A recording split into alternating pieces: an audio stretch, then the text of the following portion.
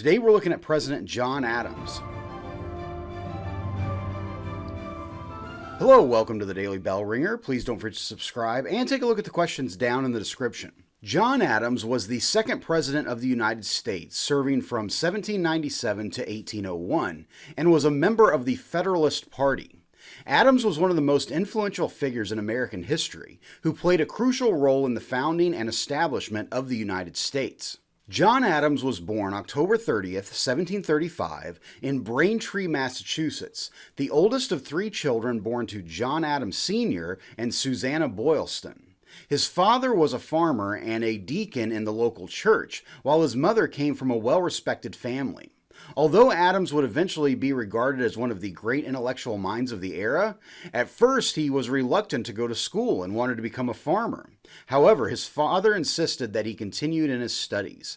At the age of 16, he enrolled in Harvard College, where he graduated in 1755.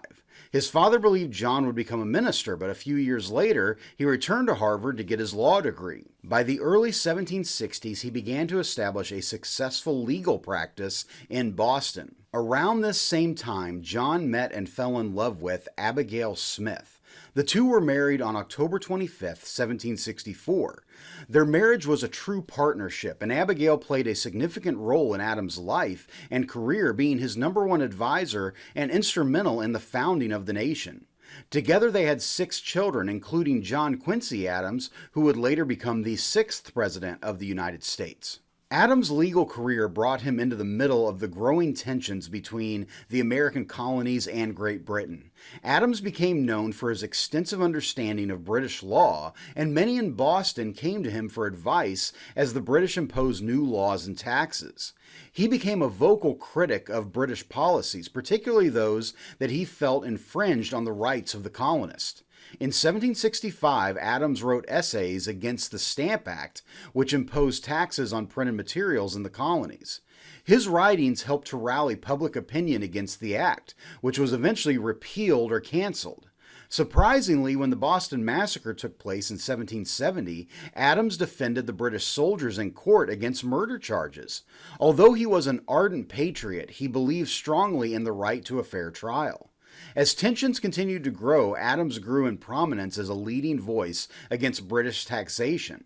When the First Continental Congress convened in 1774 in response to the Intolerable Acts, Adams was selected to be a delegate for Massachusetts at the meeting.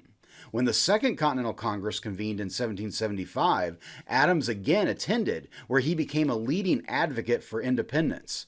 He was a member of the Committee of Five that drafted the Declaration of Independence, and he offered important advice to his friend Thomas Jefferson as the Declaration was written. He was then instrumental in convincing many of his fellow delegates of the need to break away from British rule. During the Revolutionary War, Adams served as a diplomat in Europe. He worked tirelessly to secure financial and military support from France and the Netherlands, which was crucial for the American victory. His diplomatic efforts were vital in ensuring the success of the war for independence. After the war, Adams continued to play a key role in shaping the new nation. Although he was not directly involved in the writing of the U.S. Constitution, as he was serving as an ambassador to Great Britain at the time, he very much supported the Constitution and aided in its ratification or approval. In 1789, he became the first Vice President of the United States under George Washington. Although the role of vice president was not clearly defined, Adams took his duties seriously and contributed to the formation of the new government. In the election of 1796, Adams was the Federalist Party nominee for president and faced off with his old friend, Thomas Jefferson, who was the Democratic-Republican nominee. Adams narrowly defeated Jefferson in the election. On March 4th of 1797, John Adams was inaugurated the second president of the United States. His presidency was marked by significant challenges, both domestic and foreign. One of the most pressing issues was the threat of war with France. Adams' decision to pursue diplomacy instead of war, through the signing of the Treaty of Montefontaine in 1800, averted a potential conflict and is considered one of his greatest achievements. Adams' presidency was not without controversy. The Alien and Sedition Acts, passed in 1798, were highly unpopular and seen as an infringement on free speech. These laws allowed the government to deport non-citizens deemed dangerous and to prosecute those who criticized the government.